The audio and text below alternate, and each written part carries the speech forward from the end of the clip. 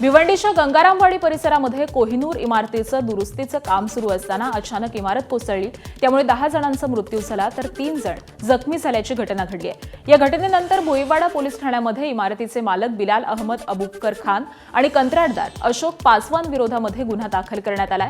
तर या इमारत दुर्घटनेमध्ये कंत्राटदार अशोक पासवान यांचा देखील मृत्यू झालाय।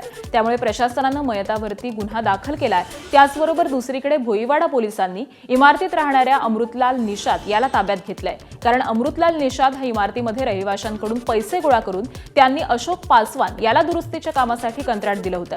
त्यामुळे पोलिसांनी अमृतलाल निषाद याला ताब्यात घेऊन त्याची चौकशी सुरू केली आहे।